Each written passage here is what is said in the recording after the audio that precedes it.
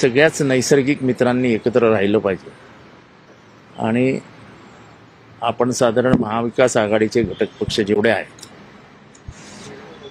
त्याच्यात समाजवादी पक्ष आहे, शेका पक्ष आहे,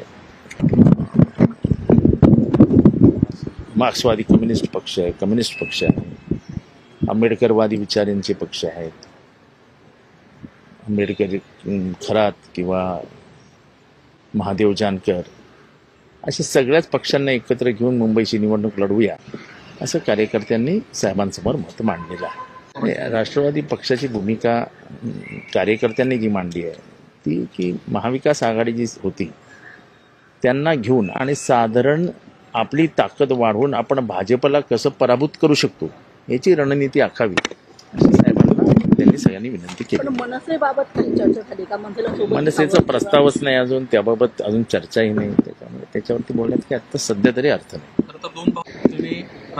असं आहे की काँग्रेस सोबत राहणार महाविकास